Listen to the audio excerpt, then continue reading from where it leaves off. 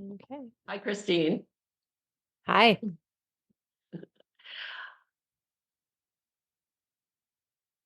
I'm here with Christine Williamson.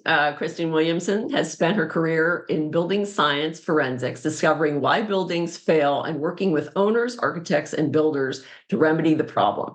She is founder of the Instagram account at Building Science Fight Club, an informational project that teaches architects about building science and construction. Christine also offers architects courses on building science and construction at buildingsciencefightclub.com. She graduated from Princeton University and received her Master's of Architecture from New School of Architecture and Design. She is past chair of ASHRAE Technical Committee 1.12, moisture management in buildings, and is a frequent lecturer on building science at universities and professional conferences. And this fall, she joins the faculty Virginia Tech. Hello, Christine. Hi. I didn't know you went to New School. Yeah, I know, right there in San Diego. I didn't even know. Yeah. I didn't know that. When I did mean, you I go? I finished there. So I started at Boston Architectural College and I did my thesis at New School and I loved it. It was great. Although I will say I got to California and I realized two things right away. So the first thing I realized was like, wow, like this is beautiful. I get it now because you hear like in the rest of the country, you hear all the like daffy California stuff. And when I got there, when I first, like just basically crossed the border into California, I was like, okay, uncle, I got it. So that was the first thing I realized. And then the second thing I realized was I cannot stay here. It was San Diego was so laid back, and I had moved from New York City, and I was like, Yeah, whoa, this is a little too relaxed here. Like, yeah, a yeah, lot of yeah. the It's getting lot of back. the sort of I grew up surfer in Pittsburgh. culture.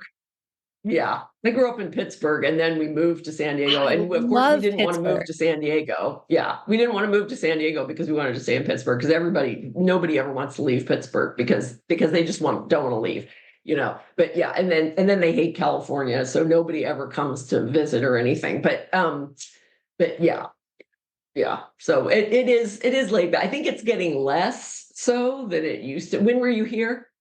It was 2010, I think I moved. So not Yeah, too long. I mean, I guess not. I don't know. I guess that is sort of a long 14 time ago years now. ago. Yeah, well, 14. feels like yesterday. Yeah, I loved it. Yeah. I lived in an illegal apartment. I'm sure it was illegal in La Jolla, just down the street on Draper Avenue, down the street from the Comedy Store. I Oh had a my blast. That was great. gosh. Yeah, it was Oh an yeah. apartment I No, found on you were. Craigslist. It was great.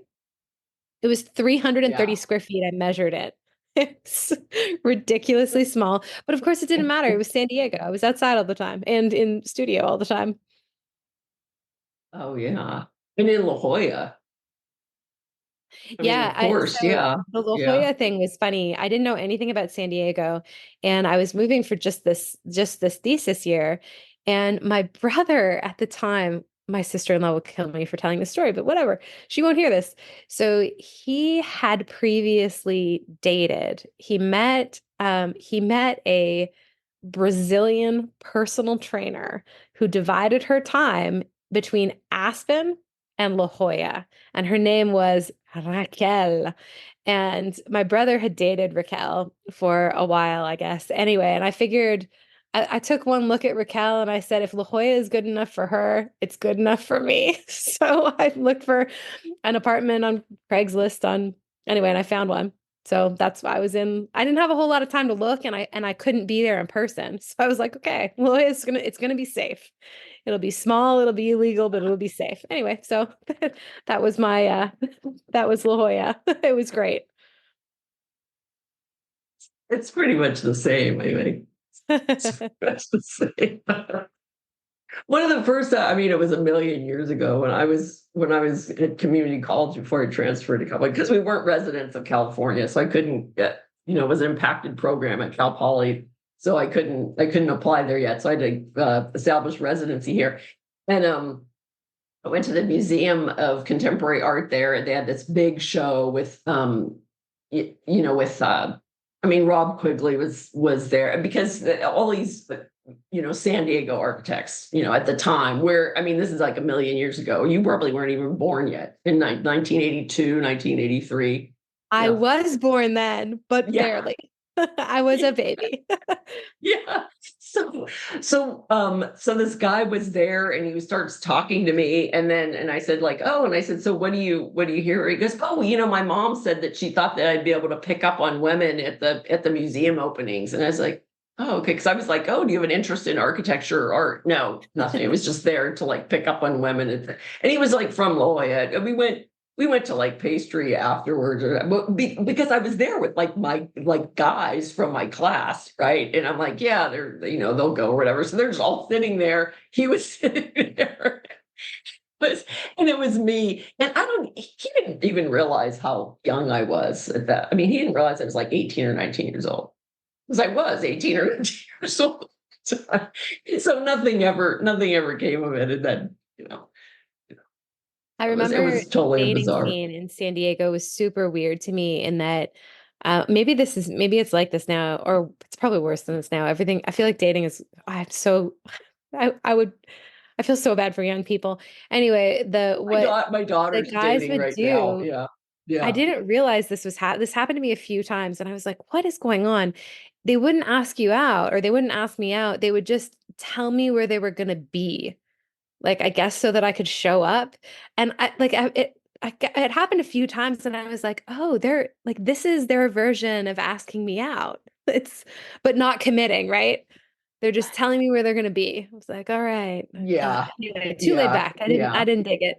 I didn't dig it. No, no. I mean, no, I mean, I'm single now, right? But I mean, I'm dating, but uh no, one of my friends that was in a band and that grew up in La Jolla, he's like, you should just go and like go over, and find like a surfer dude in La Jolla. And I'm like, why would I want a surfer dude in La Jolla? Like, I mean, I'm 59. It's Oh, not what crazy. I Crazy stuff. yeah, Well, yeah, it yeah. was It's a not, very, I don't Sandy, know. I really did enjoy it though. It was really nice to have the studio experience. I was at Boston Architectural College previously, and you work full time while you're in school there, which was also terrific. But I was kind of missing out on the studio culture and stuff. And I got that in San Diego, and I had great instructors at New School, and it was really fun. I really enjoyed it. I miss it. I really enjoyed California. And actually, after that, I ended up, as luck would have it, I guess maybe 5 years later or so, in professional practice, I ended up with a lot of project work in California, Oh, wow. in Los Angeles, San Diego, and in the Bay Area also. And I got to go back to California a ton for that. And California's great. I really, really enjoyed it. I thought, they sort of peg it in the culture as, are you a New York person or a California person? And I can happily say I am both. It was, I still love California and New York. I was Oh, yeah. I Yeah. feel very Yeah. happy to have significant professional experience in both places. It's, What was your undergraduate degree at Princeton? Was it not I architecture there? No, I studied Oh, okay. French. I studied French and sociology. So not super practical for my current career, but it was definitely enjoyable. I had a great time there too. Yeah. And then Like a who lot did of you young work people, I didn't for? know what I was going to do. And it took me a while to come to architecture. Who did you work for? What firm did you work for that had projects out here?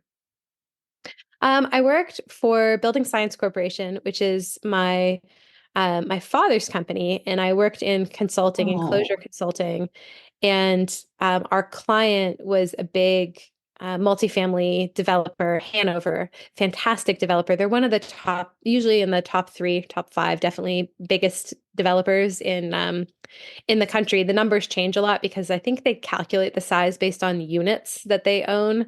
And of course, there's tons of that changes all the time as these big developers buy and sell and stuff like that. But anyway, I yeah. worked for Hanover, or that was our client mostly, building big multifamily projects in Cal. Well, I mean, they work everywhere, but they had a number of Oh, projects in California, And I really liked their California team too. It was really they had a different corporate culture. Their even in that same company, their California team was particularly sharp, I found, and young. It was mostly very intelligent, um, young men who also like just sort of had their lives together. I was sort of surprised also as sort of a semi-young person at the time, but these guys were younger than Uh, me. They were married with kids and yeah. but they looked so baby-faced and they'd be working hard. Their day would start at, 5 in the morning and they wouldn't like hit the clubs after. They'd go home to their little kids and wives and Yeah. anyway, it was Yeah. they were very sharp though. It was such an interesting contrast, I think, in our culture, the way that we think of people who work in construction versus the reality of what that kind of career path entails. And construction is um, dynamic just like lots of other fields. And so you've got Hmm. these young guys who are and actually there was one a very very sharp woman who was the project manager of one of our San Diego projects. She was fantastic. I wonder what she's up to now. She's probably gone on to awesome things, also really young. Anyway, Yeah. but you've got these young people who are managing huge budgets, like tons Hmm. of people. You've got how many people work on a project like that? Like, over 1,000. So you've got lots of money, lots of people. You need to be incredibly organized, good leadership skills, uh, all kinds of um, all kinds of skills that we encourage high achieving young people to develop when they're in their education.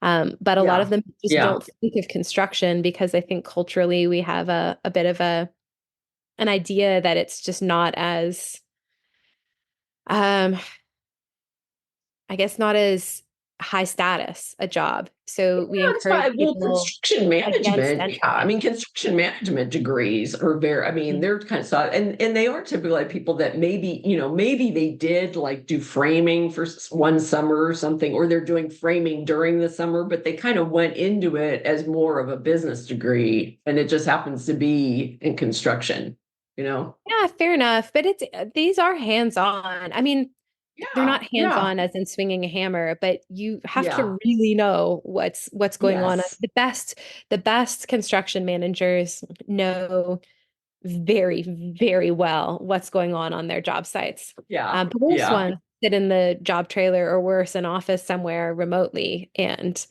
don't have an idea of what's going on. But the best ones know exactly where stuff is. yeah. Yeah. Ah, so, what are you kind of talked about your dad and everything, but what are your first recollections of experiencing architecture? Well, I think my first sort of most interesting or best professional experiences were when I was still in school. And I mentioned I went to Boston Architectural College. I had a number of internships there that were fine, sort of typical stuff. I was doing really entry level things. Nothing super memorable. But then I got a job in the summer working for Chris Benedict, who's a fantastic architect in New York City. And that's when stuff really came alive for me. And Mhm. Chris works on extremely energy efficient, often multifamily, pretty much multifamily, I guess not exclusively, but she's got a pretty heavy multifamily focus in New York City. She did one of the very first multifamily passive houses in the United States. And she does this for the same cost as typical construction. So, how do you make something really environmentally responsible when you don't have a lot of other resources? She has, and I mean that in a sort of a broad sense of resources. So, financial resources, um, and also firm resources. She was a small firm. So, how do you actually make that happen? And really, I became convinced that the way that you do that is by having a very solid technical foundation, number one, and then number two, by showing up on site. So the connection between like what's on the page and what actually is outside day to day on an actual site, Mhm. really that connection was made for the first time for me working for Chris, and it was a fantastic job. So I think one of the very first days I was at work for her was really funny. So her office at the time, it probably still is, but it was in a sort of lower level, like basement level. Um, I guess it was under apartments, I think. So under a row house, but basement level, Uh-huh. in New Uh-huh. York City. And so she'd hauled in one of those like window air conditioning units that people throw out. Like, so she'd found it, someone had discarded it and it was by the side of the road. And so she hauled it down the steps, the stone steps, and had Oh my deposited it gosh. on my desk in the office. And those window units are ugly. They are ugly, but they're actually pretty efficient because they're small. And she was working on a passive house, and so passive houses need to be extremely airtight, but they also have very small heating and cooling loads because the enclosure is so energy efficient. So, so a window unit is both economical, they're not expensive, and small. It can handle a small load. It also doesn't continuously operate. It's very dynamic. It cools the room that it's next to. And so her assignment for me was, okay, figure out everything you can about this window unit. I want to know how it's made. I want to know how it works. I want to know where its center of gravity is. I want you to take it apart, draw the individual components, put it back together, figure this out. And so that was my first job. And Chris was really like that. She was just very practical, but also like, well, why wouldn't you do it this way? Figure like what's the most obvious way Yeah. to figure out how these things work is to take one apart, put it back together. Anyways, so she ended up using the window units, I think, really effectively on one of these first passive house projects. It's I forget the address now, 803 Knickerbocker Avenue. If you look up Knickerbocker, if Okay. anybody is interested. But the reason I mentioned looking it up is because window boxes, like I said, are ugly. The window units are ugly. Window boxes are very pretty. Window units, window unit air conditioners are ugly. And so how do you make something inexpensive and efficient look nice? And Chris did a fantastic job. She designed this sort of sculptural facade and this cover for the unit that provided shading in the summers when we needed it, and it was removable and it was removable in the winters. And she elevated them instead of putting them at like I guess at waist height or something. She had it elevated so that in the summer, this sculptural thing that covered the window unit provided shade, and then in the winter you could remove the whole thing and have glass up above so that you'd let more light in when the sky was lower. She did a fantastic job. It was really how do you do a lot with not a lot with very little? And Yeah. that was what Chris's practice was all about. She was great like that. And she was also great at giving young people who worked for her a chance to try their hand at stuff that I think other firms were sort of possessive of the design tasks. But I remember we Mhm. got a new project, and she had me and the other intern who was there at the time take a stab at the facade design for a new project. Like, go figure it out, show me something, basically pitch me something. And that was really neat. And I remember actually on that one instance, I think we took her something that had some sort of ledge on it, and she was like, "That's not going to work. There's too many pigeons in New York City." And we were like, "No, no, no, no, no. It's too small. It'll be fine." And so she had us mock it up, and she had us go out to Washington Square Park or whatever park it was there. I can't remember, and like Yeah. model a pigeon. So we like had paper and glitter, and we like built a pigeon and built the ledge, and she was right. The pigeons did fit on the ledge. And anyway, so she just had us do a whole bunch of stuff like that, and it was a really great introduction to the some of the sort of gritty realities, but also Mhm. the Yeah. some of the Yeah. very best of problem solving that architects do every day. And it was great. I really enjoyed it. I was very lucky to work for her so early in my career. Well, there's your first assignment as a professor. Yeah. For sure.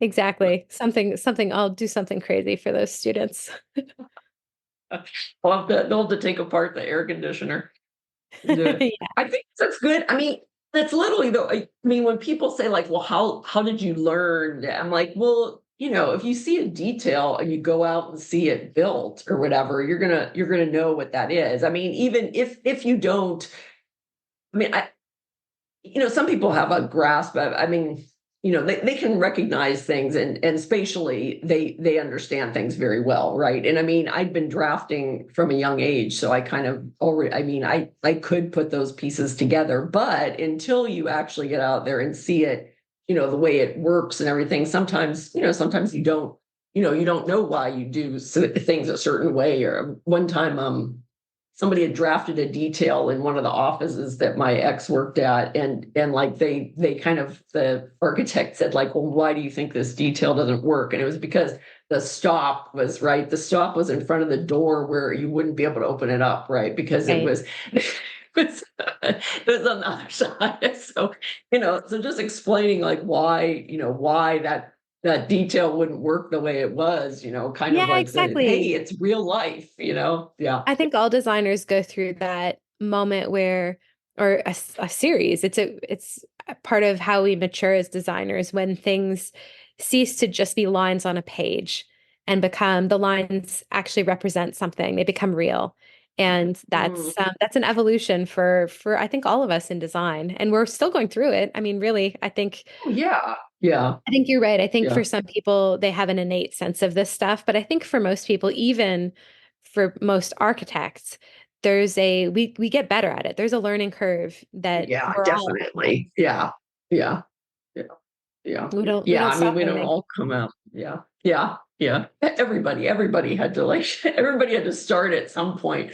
Um, and sometimes working at a small firm that doesn't have a name gives you more experience than working at a firm that where it is a star architect. It's like if the person that I worked for, at like 19 years of age, I mean, they had been kicked out of Cal Poly because they were such a crappy designer. But the thing is that then he was letting a 19-year-old design things in the office, for these different apart, like, oh, here, design the community room or whatever, Yeah. for this apartment complex. And I'd be like, oh, okay. And it's funny because there's one at the end of the freeway, right, when you're going into Point Loma, and it was this uh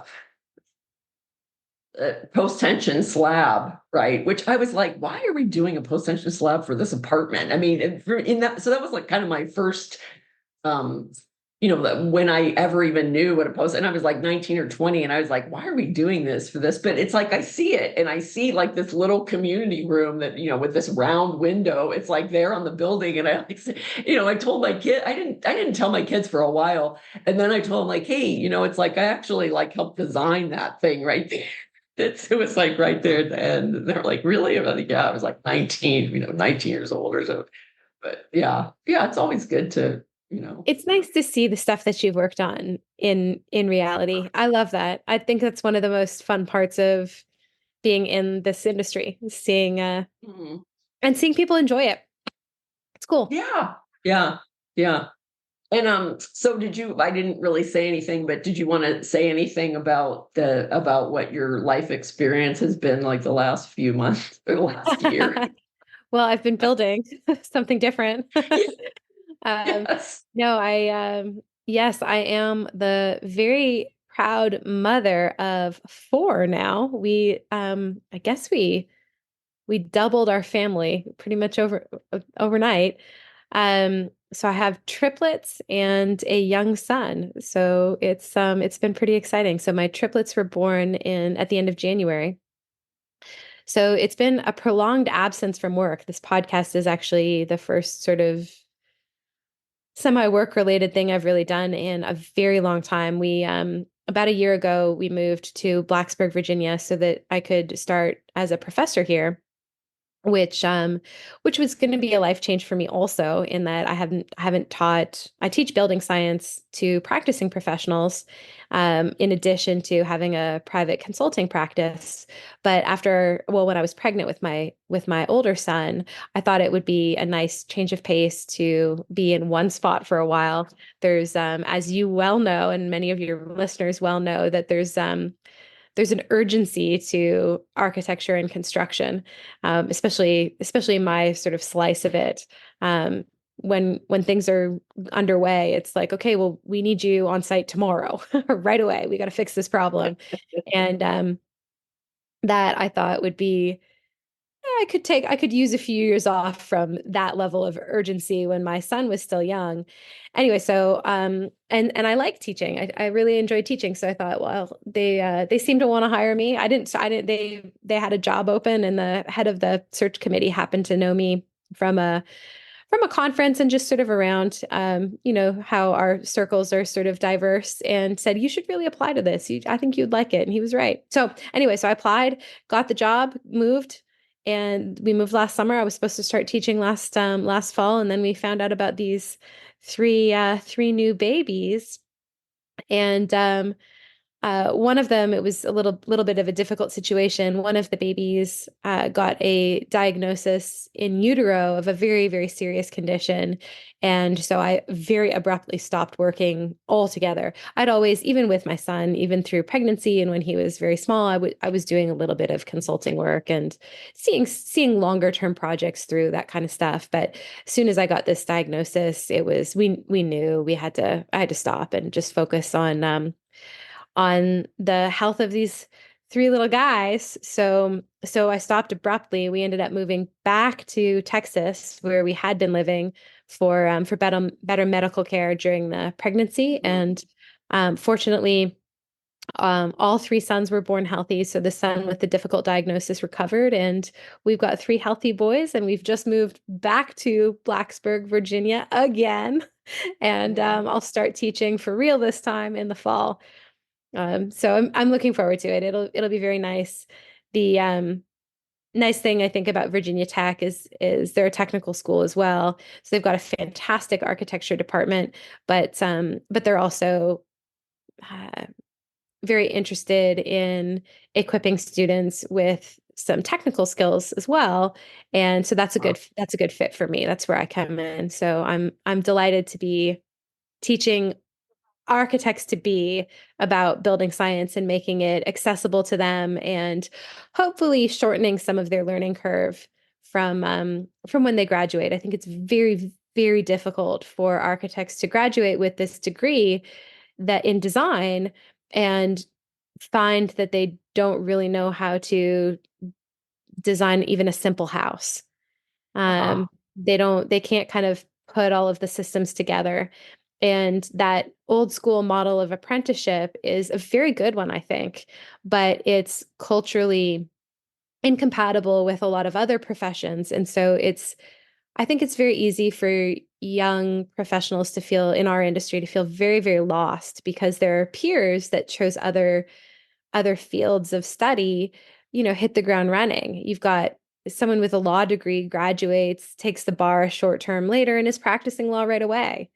Um, and with architects, yeah, I guess sure we're working in an office, but it takes a long time or I shouldn't say it that way. We still have a lot of skills to acquire, a lot of skills to acquire Yeah. after after we get the degree. And my And the salary is a little bit different. Salary for an attorney exactly, is much more, a doctor, exactly. even though you're going through that, where architecture, it's like you're still making less money than these other professionals. And it I also mean, we in should be making more. Yeah, we should be Well, but making in more. Yeah, fairness, yeah, in yeah. fairness, not that I mean, I, I would always love to be paid more, and especially I think culturally we would be way better off if we valued design a lot more. So this isn't Yeah. to a anyway, but in fairness, we don't know how to do very much when we graduate. So the value that we create to a firm is not that high.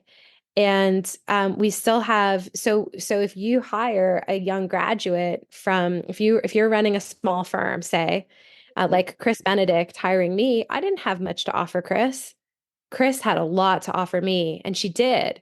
And she was very generous. And like a lot of architects, they're very, very generous in that apprenticeship model, in apprenticing younger people in the profession.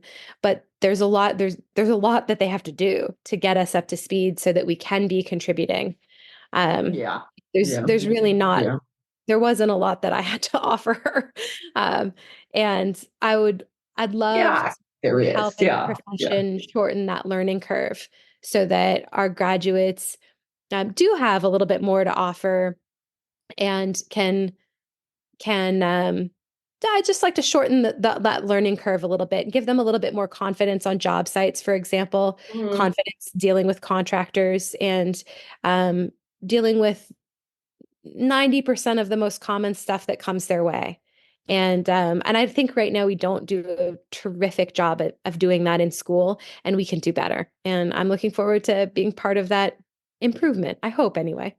Yeah, and I think that, well, because Virginia is more, it's a polytechnic, isn't it? Kind of a Mhm. polytechnic school. Yeah, Yep. yeah. So I went to Cal Poly Mona, which is also polytechnic, and then San Luis Obispo is, and there, and really those are like the only state schools in California. So most architects that are going to a state school are with the 5-year Bachelor of Architecture have gone to Cal Poly, and then Cal Poly also requires 1,000 hours of work experience before you Mhm. graduate. So most people, and so I really recommend that people, if they want to see if they want to work in office, I said, it's not going to be like school. I said, so go and work in an office or just hang out at office, see if you can do anything in an office to see if that's really what you want to do. Yeah, see if you Because like it. yeah, yeah, to see if you have, because it is going to be. It's not like you're going to walk in and wait, with your cape or whatever, and say like I'm designing, in the office. It's like most offices are not going to be like that. There are going to be some that are like that, but we kind of laugh like in the downturn in the economy, right? When we were going through a recession, it's like if a boss said like, can you organize the markers, you did it, right? It's like you Yeah. did, you organize the markers. I can remember Mark Appleton saying, like things were slowing down in the office, and I was just there kind of to fill in a thing. And he said, like, oh, Michelle, why don't you reorganize like the materials files? And like I did a great job of organizing those materials files, but going through all of that stuff. So it's like some things that you're going to do in an office are not going to be like these things that but you are going to learn from them. Believe me, after going through all that stuff, I could tell you, he had stuff like products from the 60s when he had started his office all the way through. There was indoor outdoor carpeting that looked like rocks and grass, and then you can kind of like show them to the office and say, look at this, should we throw this out or should we keep it? Yeah. Yeah. Yeah. Yeah. Yeah, I So, think small firms like that are just so precious for so much of that stuff where you get to be like CEO and secretary at the same time, you're doing everything.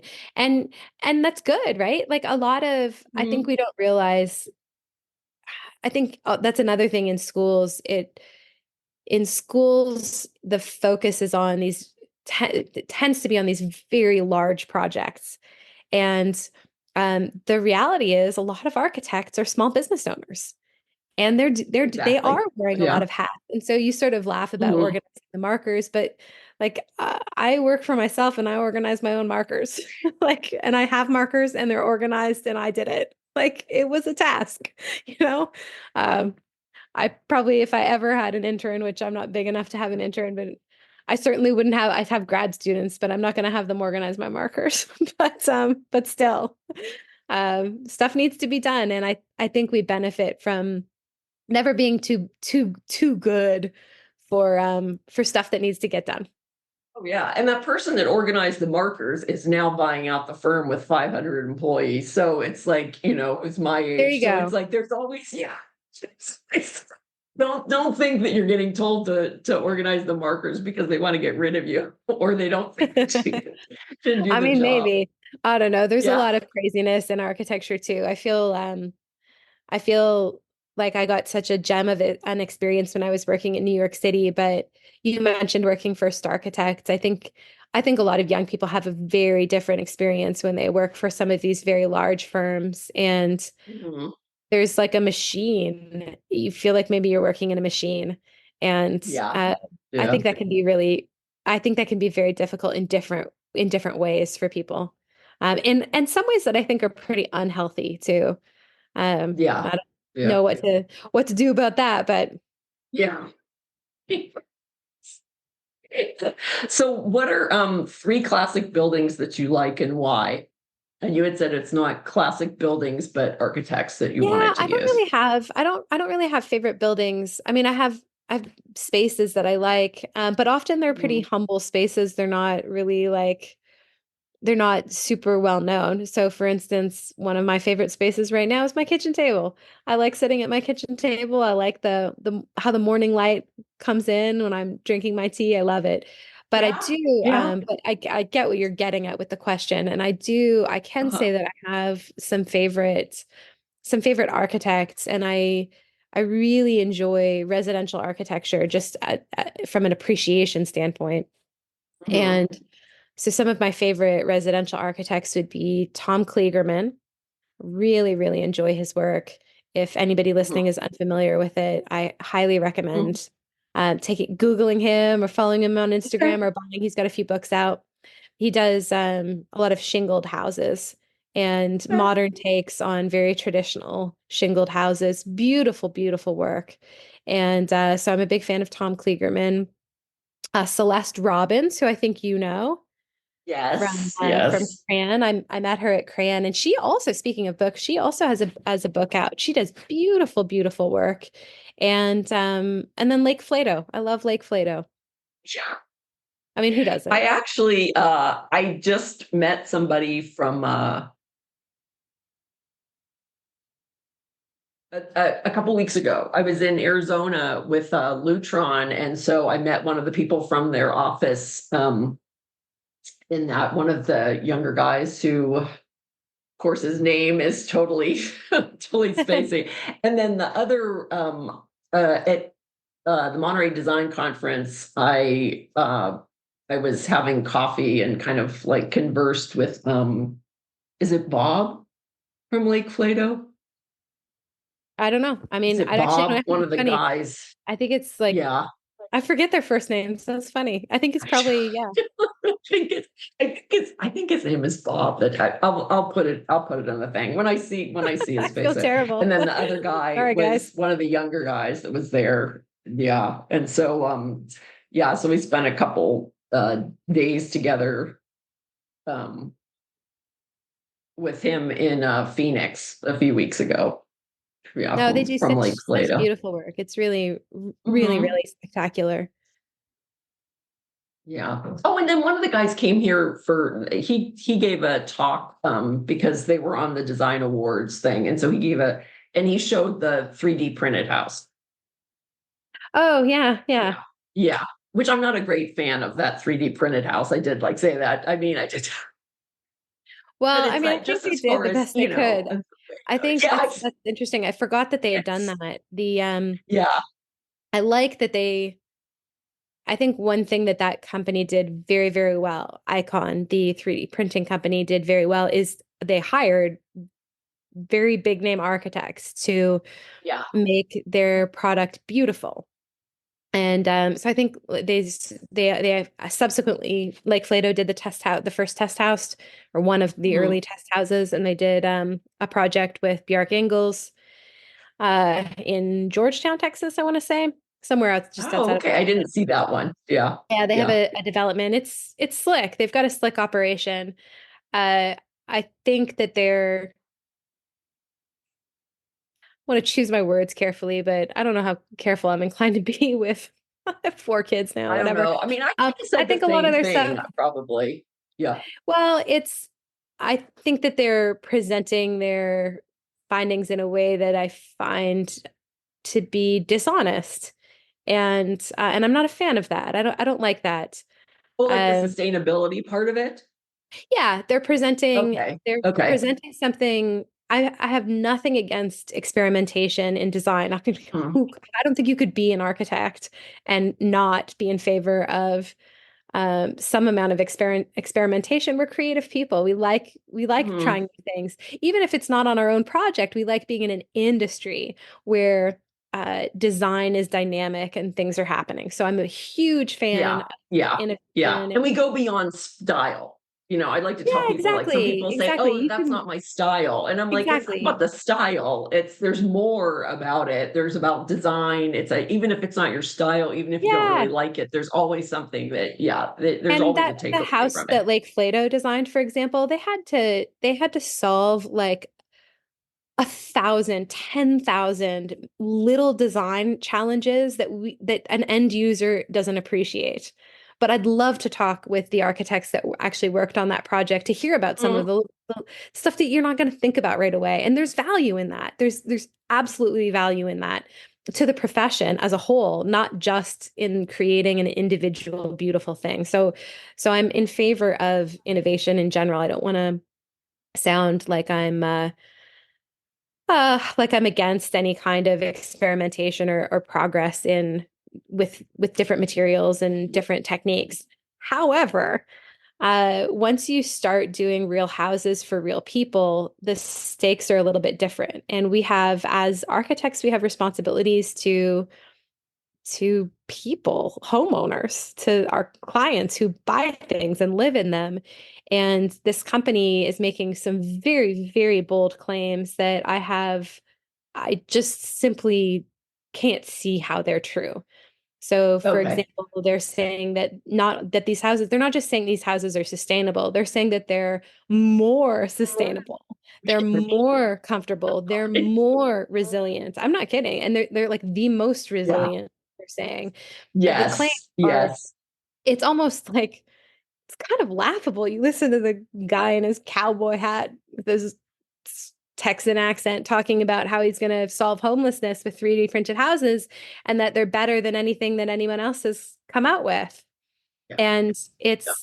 I think that's ends up being not only is an individual untruth harmful in its own instance, it pollutes the rest of our industry and it degrades the other difficult work that ordinary architects deal with every single day. And it's a challenge sometimes to integrate sustainable features with real clients, with real budgets.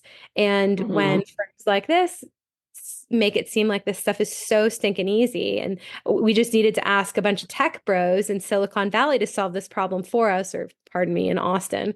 What we Yeah. needed was the tech bros to figure this out for us.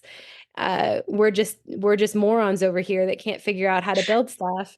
And Yeah. until they came It's along and rescued us, I'm exaggerating, but I think it really ends up being harmful for our industry because it teaches consumers that this stuff that sustainability is a feature that you can buy, that it's a technology, it's an innovation, as opposed to an overarching value that underpins your whole design and mhm, it's part of the many trade-offs that we make with great skill and throughout a career.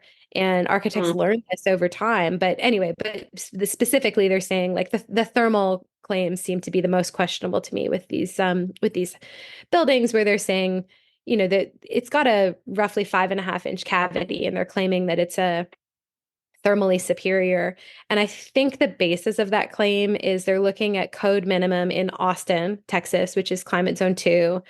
And I think they're looking at the minimum for mass buildings built in climate zone 2.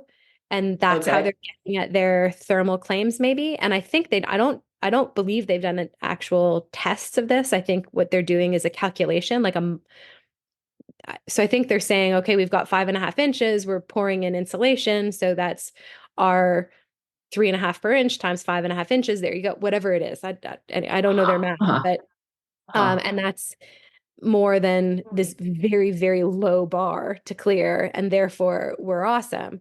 When anybody else in the rest of the country says, yeah, I can get R21 out of a 2x6, a standard 2x6 wall anywhere in the country, and nobody gives me any awards or writes a glowing piece about me in the New York Times, or one Yeah. of the, dozens of Or publications the that speak about standards, me. right? I mean, you've got the standards that we have in California, Yeah, I mean, it's like that wouldn't, it's like they wouldn't be able to do. I mean, if we're going to do a concrete building now, it's like it has to be that we've got, that we do have the insulated um formwork with the thing, right? It's like we can't just do any concrete building. It's got to yeah, be, they're filling it's infilled with some, I assume, some sort of pourable foam. They're also not sharing their work, right?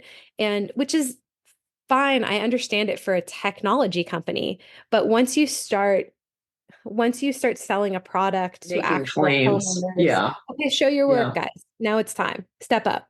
You're Yeah. telling us that you're doing better than everybody else in the country here. So, or indeed the world. Okay, so now it's time to show your work. And I don't think that there's a whole lot of there. Um, Yeah. and Yeah. it makes me mad because Well, I mean, it's like, interesting because one of the companies for one of the products, they kind of said like, oh, we're the most sustainable or something like that. And the product rep was like, okay, that's like, why did they say that? Like, what do you mean the most sustainable and all of there's yeah, what do you other mean by there's that? other Compared to products what? that are like ours that are also as sustainable as our product. We're not the most sustainable.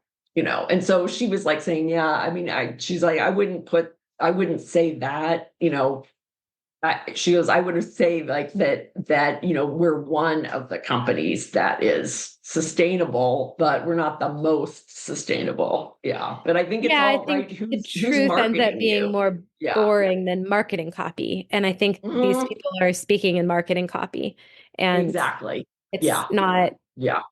it's not realistic for for a lot of stuff. Anyway, whatever. I have a bee in my bonnet Yes. about that Right. stuff. So And I mean, you're an expert, right? So it's like, of course, like people can, right? Like people, right? Like if there's a designer jean or something and they're, oh, this is the best jean. I'm like, really? That I should pay like $200, $300 for that pair of jeans? I can't get like jeans like for this, or I can't get jeans, or I couldn't make jeans myself that were, I mean, so it's right. It's kind of like, it's a maybe, I brand. don't Yeah. know. I mean, Yeah. Yeah. there's a place for all of that stuff. Yeah. I just am a big believer that we're not going to advance the industry where we really want it to go. And I think, do we believe the claims that we make about our industry and how important sustainability is? Because if we do believe it, we're not going to get there through these half truths. We're going to get through we're going to make progress with transparency and like radical honesty about Hmm. about all of it, about the mistakes, about what we found, what we didn't find, what worked and what didn't. And I think right now, despite our big claims, we're really still stuck in a lot of ways, and stuff like this is not helping. Yeah. It's really not helping. Yeah. Yeah. Yeah. Yeah. And so so it was was there anybody else? Oh, and Lake Flato. Yeah, Oh okay. yeah, I So love then we Lake. got all So the so three. notwithstanding this project, I love Lake Plato's work, and I think they did a great job on this project. They did a great job. Yeah. They understood the assignment. They did a very good job with it. But anyway, I like their. I mean, I certainly like their other buildings more than this, but they still did Yes. a good Yeah. job. Me too. I'm like, well, I mean, I don't like the way that technology looks. I'll just flat out like say it. I don't like the way it looks like that. And I know that that's probably, that people are always like, oh, but what about that? I'm like, oh, I don't know. I said, I'm sure that one day they'll be able to figure out like how to like have a corner instead of rounded thing. I said that, but maybe they won't. I don't know. Or maybe, Yes. I just, I don't know. That's my beef. I could say like what I thought it looked like and I've said it on other things and people have kind of gotten all over me about it. So I won't say, but, I even told the person I think I might have even told the person like a couple weeks ago, like what, I'm like, I don't know what the, It's like I'm not one to like hold things back, but I do like a lot of the other parts. So what do you like about being an architect? And you're Uh, like, are you licensed now? yeah, yeah, I'm licensed Yes, and yes, yes, licensed in yeah, everything. yeah, yeah. Uh, Actually, it's funny. My son, my toddler son, found the stamp, and so he was playing with that the other day. That was pretty funny. Um, yeah, but what do I like most about it? I think I really enjoy getting the opportunity, especially now in my career, to collaborate with really talented designers. So doing the kind Mm. of work I couldn't I can't do that work. It's beautiful. I can't be like Play-Doh. I can't do that. But I can contribute in my little area of expertise. And Uh, that's very rewarding to be a part of contributing to something so beautiful. I get to be a part of that. What a joy. mhm, mhm. I mean, sometimes it's getting the clients, right? I mean, I think that's one of the hardest things about. I mean, everybody can design something if they're given the kind of the The clients and budget. the budget in order to do it. I mean, that's what I think. I mean, you No, I could mean, you could give me a whole lot of money and I still couldn't produce some of that beautiful stuff. But that is part of it too. You're right. The clients and the budget, and that is a big part as well. But cite a yes, yeah, site. having beautiful Yeah, sites, exactly. yeah, Having to work with. Yeah. yeah, yeah.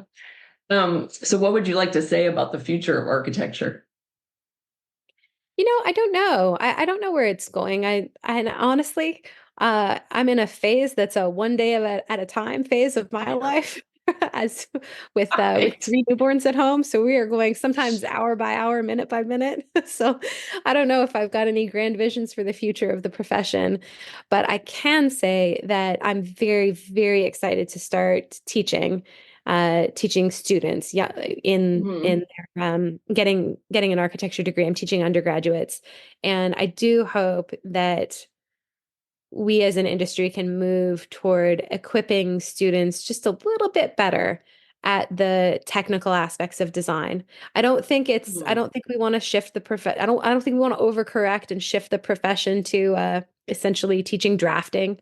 That's not Yeah, I don't yeah. think that's what school's about, but I do think that we've maybe emphasized the theoretical and spatial relationships a little bit more than we need to. Maybe we need to integrate a little bit more practical or introduce more practical constraints into the education process and have students work on those same ideals, but with introduce them to many of the constraints that they'll deal with in actual professional practice. And Mhm. I think that'll serve them very well. It'll so I hope shorten that learning curve. A lot of architects say that they peak in their design in their 40s and 50s. Wouldn't it be nice if we could peak just a little bit sooner than that, hit our stride a little sooner? I think that'd be very nice. If I could be a part of Or that, I'd like to be hitting it later. uh, true. Pros and cons. Pros and cons. Well, I mean, right, like when you've got, when you're raising children, right? I'd like to think that like the biggest, I don't know, the biggest part of my career is in the future from now. I mean, I was laughing. I got licensed in Arizona a couple years ago, and then I said to my mom, I said, "Oh yeah, I got licensed in Arizona," and she said, "Oh well, that's good because you're going to be working for another 20 years." And I was like, "Oh my God, am I really going to be working for another 20 years?" But I mean, look at Gary. I mean, that's another thing about this field is that people really don't kind of hit their hit their stride. I mean, right? Like somebody was talking about how great Tom Main was from, is from Mhm. Morphosis. And then I was like, wow, I said, I'm like been around so long. And I was in LA that I remember when, Michael Rotundi and Tom Main were like both, and one of them wasn't even licensed.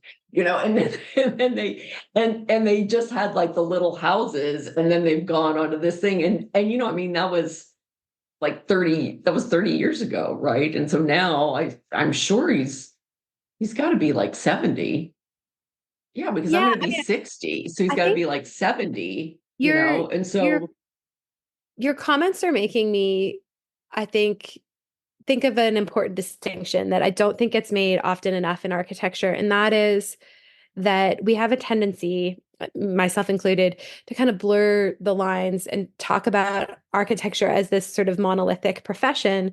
And there's a difference between elite architecture and some of the more day-to-day architecture. I wish I could come up with better terms than that, but like yeah, yeah. Tom Main is in a different, I feel like that's a different job. That's it. Like we're both architects, but like we do different things, like real different things. And I think that our profession is dynamic and diverse, and that if I don't think that the Tom Mains of the world need help from me, but if I can help a young person early in their career have the confidence to start their own business, start their own firm Mhm. a year sooner than they otherwise would, that's pretty cool. That's a win. And a lot Yeah, yeah, have yeah. small businesses. And if we can be confident in doing relatively modest things very well. I kind of think that's what architecture is about, right? This Well, I sort mean, of that's like what understated, 90, right? Yeah, that's 95% of what we do. And I think that that's kind yeah, of like when we beat our, we might beat ourselves up thinking that, but it's like I have a practice. People are kind of like, oh my gosh, how do you get clients to like do that work? I'm like, I don't know. I just do it. You know what I mean? I mean, yeah, obviously if they come to me, they're probably not, though I typically, like some people are like, well, I look at your website and it's like 180 degrees. And I said, well, I'm designing for the client, right? I'm not designing for me. Otherwise, I'd myself, be yeah. doing design build. I mean, it's like my work can be very different because the clients are very different and their houses, right? I primarily do custom residential. So their houses are very different. And I mean, so that's kind of, there are different elements in all of those that I believe are probably kind of, you know, um, might be characteristics of how I design. But I mean, in those ways, it's very much that, yeah, it's about the client, a lot. I mean, Mhm. I'd love to do design build and just do it. And I think there definitely is kind of there's definitely a niche for that. And I'd like to get more into that. But yeah, most of us are designing for how did you call them? What did you say? The I can't remember everyday what I said. or A more modest project, I think, yes, is, yes. Okay. Yeah. and Yeah. that's in no way a criticism. I don't know. Yes. Yeah. Yeah. It's sort of upsetting to me in our culture that that's sort of not enough. That I think that's exactly why a lot of us go to school is eh, simple, modest homes ought to be beautifully designed and carefully considered. And Mhm. Yeah. I think sometimes when we get real excited at the shiny objects and the Tom Main stuff and the IMPs and the Renzo pianos, and this isn't to negate how beautiful a lot of those spaces are. They are. Mhm. And the profession obviously needs that as well. But doing a modest thing really well is also really, really important. And it Yeah. matters. 'Cause like I Yeah. said at the beginning, I Yeah. think if people think of, you asked me about my favorite buildings, and I was like, I don't really have a favorite building, but I do have favorite spaces. And all those Mhm. spaces were designed by someone, whether they were carefully designed or not super carefully designed. Wouldn't it be nice if we could contribute to people's well-beings in maybe more impactful ways, but that seem smaller? They Yeah. seem smaller Yeah. because they're not loud. Nobody calls attention to a really well. I mean, I guess they do now on Instagram. I was going to say nobody calls attention to their really well done kitchen, but they do. Um, but whatever. You get the point. I think your listeners get the point. No, I totally, I yeah, no, take great I totally satisfaction in get the the kick. tile layout of my kitchen, I have to say. So, you know, I need a new kitchen. I had to add on to the house, and all I really wanted was a kitchen remodel. That's why I tell people that I said, "Oh yeah, I added 500 square feet, but really, I just wanted to redo my kitchen." It's just that we had right, we had a design problem, and so we had to deal with it, and like that's how we dealt with it, and now and now we live with it, and we still got the other design problem, but yeah, I mean, it's really. It's but like that's we what we had the do. And design right. We needed. that's great though. Like my kids will grow up around my kitchen table. They'll grow up there. That'll be part of their day-to-day experiences for the whole time that they live at home. It's going to matter Mhm. to them how that space is designed. And that's not, nobody's going to win an award for that, but it matters. And if you can do Yeah. that in residential architecture, if you do that for a lot of families in your career, I think that adds up to something really special, way beyond the fee that you're paid. You get to Yeah. contribute to people's genuinely into their family life and their well-being in a positive way.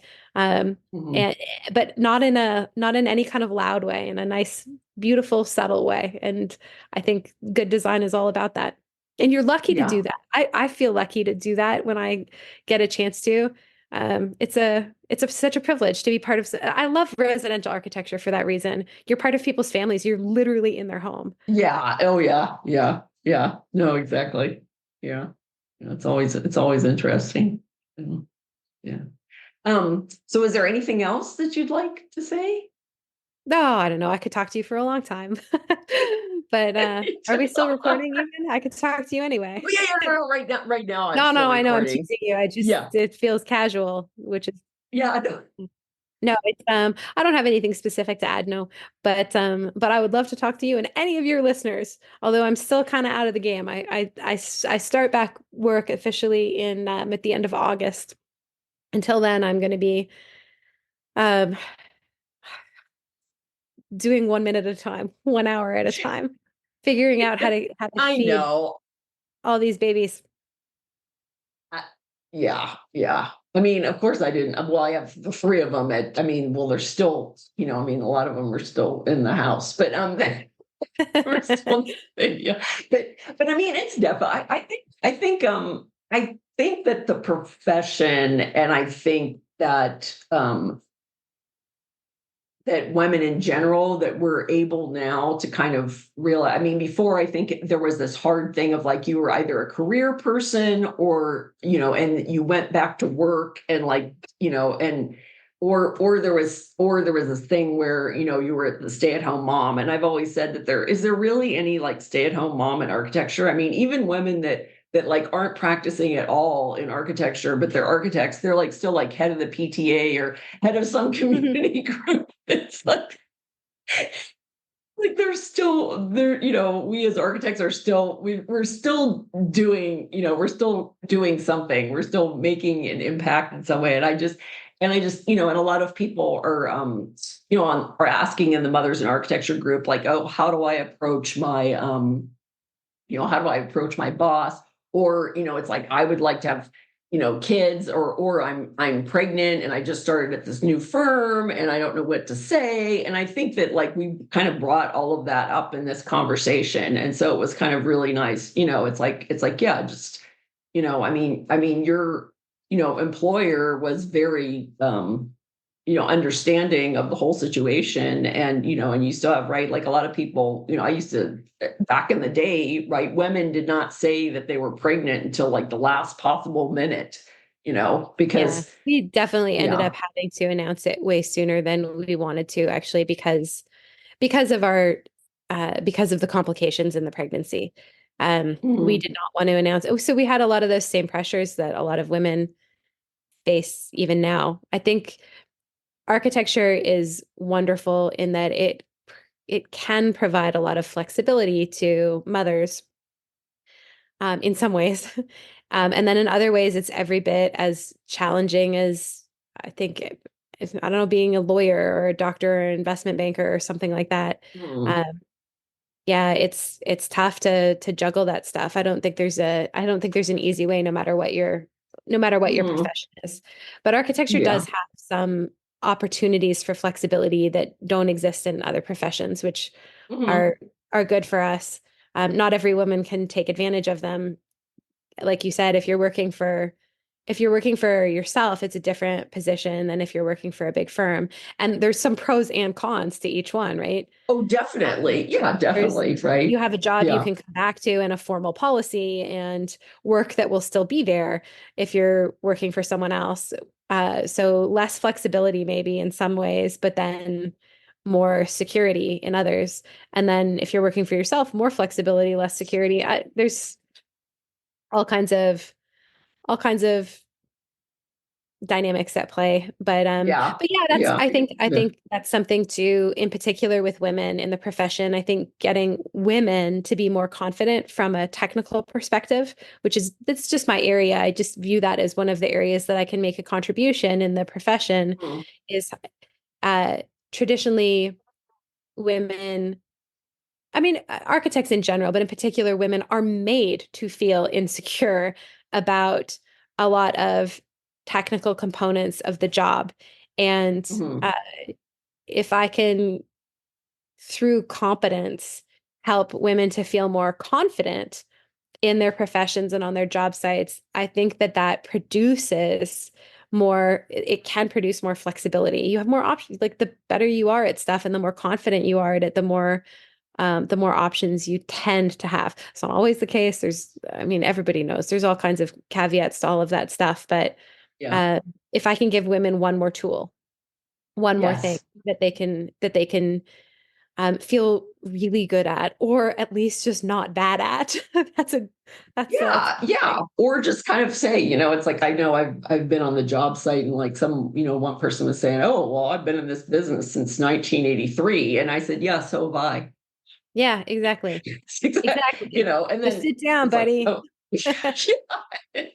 Oh, I know. No, job sites are in particular just really difficult, and hate, I hate seeing bullies push architects around, in particular women. I Mhm. and young people. I mean, whatever. This is a. I'm not a specialist on that kind of stuff. I just loathe it. And if I can Yeah, equip women in particular, because I am one, if I can equip yeah. women and men, I like the dudes too. I have lots of sons right now. I got a lot of dudes in the house here, but in particular, if I can equip women to step on a job site with real confidence, that's a big deal to me. I had women in my early in my career who really encouraged me in that area where I might have been more timid. And having the Mhm. support of older women in the profession meant a great deal to me. And it's my turn. Yeah, yeah. What's great. And anybody that do you have like some sessions somewhere that people can see or well go I to mean, your there's stuff if website. you I mean, Google my I'll like name, have it. there's stuff I teach online you can Yeah, find probably yeah. through ACE Lab. I did a bunch of courses for them, so you can see some short classes or sort of short lectures on individual topics for free Mhm. online through ACE Lab, ACELAB. Um, Okay. and so you can see some stuff for free. I teach a paid course. It's a really more of a comprehensive course on building science, and Mhm. that you can find on buildingscience.com. That's more it's an actual curriculum. It's about 10 hours. So you can take it at your own pace. It's on demand, but that's a Okay. paid course. There's Uh-huh. Google my name and find all kinds of little mini lectures that might suit your lunch hour or something.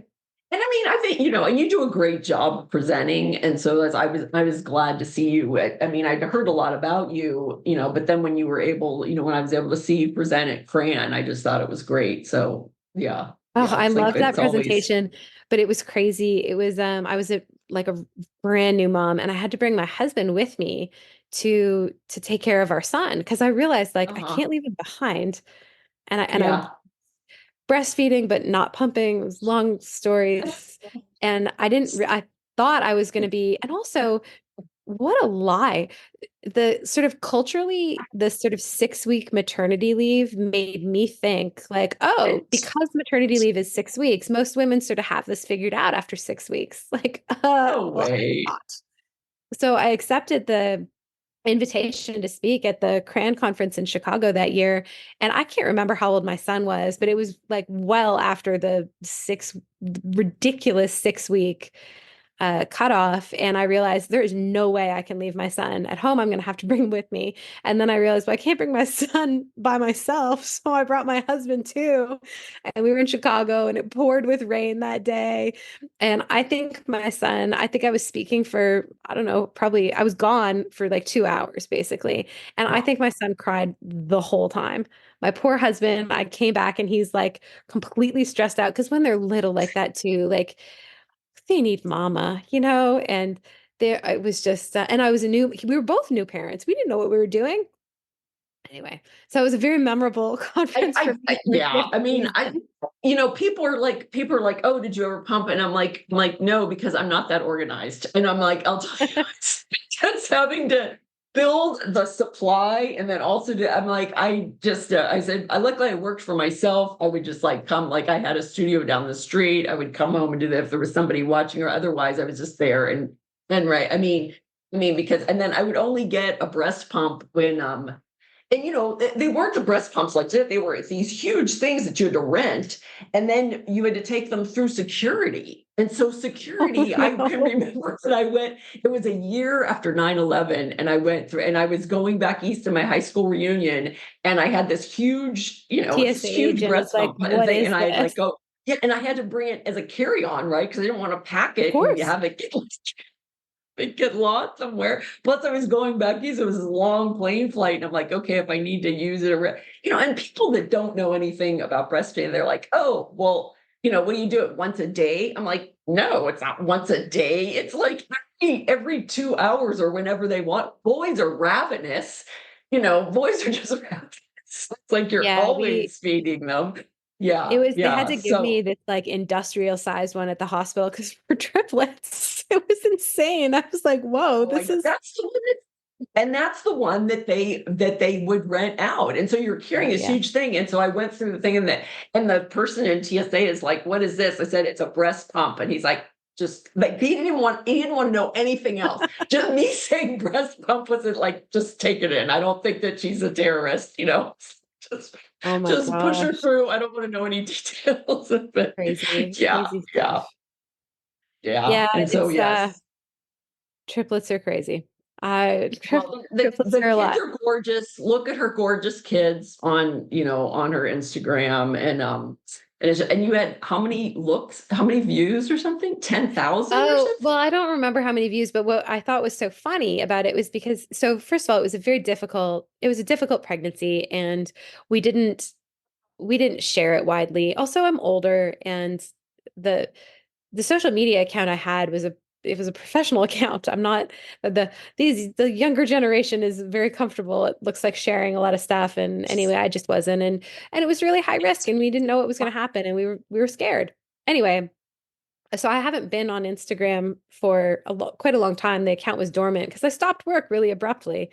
Anyway, I posted a video explaining my absence and showing the three kids. And what I thought it was a reel, and what I thought was very funny was that it was however many views it got. I don't know what it was, the 60,000 views. Okay. The like the initial views was 60,000 and then the reviews was like 68,000 or something like that. Um, which was approximately our reaction. Like, wait, what? Like you gave me this news and now you have to repeat it. So basically everybody watched it twice because they couldn't believe it. And I feel like that's maybe still our lives where I look in the nursery and I'm like, wait, how many cribs are in here? What? It's crazy. Gosh. So yeah, it was Yeah. kind of nuts. But yeah, I'm not sure what I'll do with my Instagram account now. I think I might go back to posting. We'll see how things shake down in the fall, but I'm still going to be dormant for a little while. We'll Yeah. see. Yeah. Well, I'm Like a glad. lot of new Yeah. moms, our priorities change pretty quickly, and we'll see what happens. Yeah. Well, thank you so much for doing the podcast. Thank Well, you. thanks for having me. We've been wanting to do this for a really long time, so I'm glad to finally get a chance to do it. Thank you. All I'll right. just stop recording. Thanks.